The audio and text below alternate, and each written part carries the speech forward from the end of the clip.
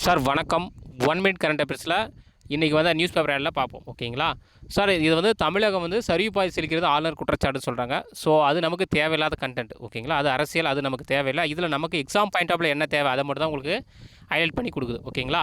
So சிறு குறு நுண்தொழில்கள் வந்து முன்னிலையில் மாநிலமாக தமிழ்நாடு இருக்குது அப்படின்னு சொல்கிறாங்க. ஓகேங்களா? அப்போ எம்எம்எஸ்சியில் யார் முதலிடம்? நம்ம தமிழ்நாடு முதலிடமாக இருக்குது. எம்எம்எஸ்சி சட்டம் எப்போ? 2006. ஓகேங்களா? ஸோ அது தெரிஞ்சுக்கோங்க. அதேமாதிரி ஜவுளி, தோல், வாகனங்கள், பொறியியல் வாகனங்கள், மருத்துவ துறைகள் நமது மாநிலம் முன்னிலையாக திகழ்கிறது அப்படின்னு சொல்கிறாங்க. இதுலேயும் நம்ம தமிழ்நாடு வந்து சிறப்பாக இருக்குது அப்படின்னு சொல்கிறாங்க. ஓகேங்களா? இதெல்லாம் தெரிஞ்சுக்கோங்க.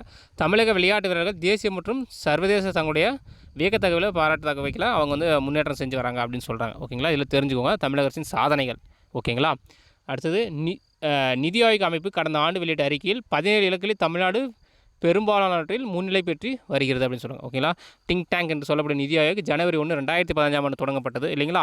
ஸோ அவங்க என்ன சொல்லியிருக்காங்க? நம்ம தமிழ்நாடு முன்னிலையில் தான் இருக்குது அப்படின்னு சொல்லி ஒரு 17 இலக்கில். ஓகேங்களா?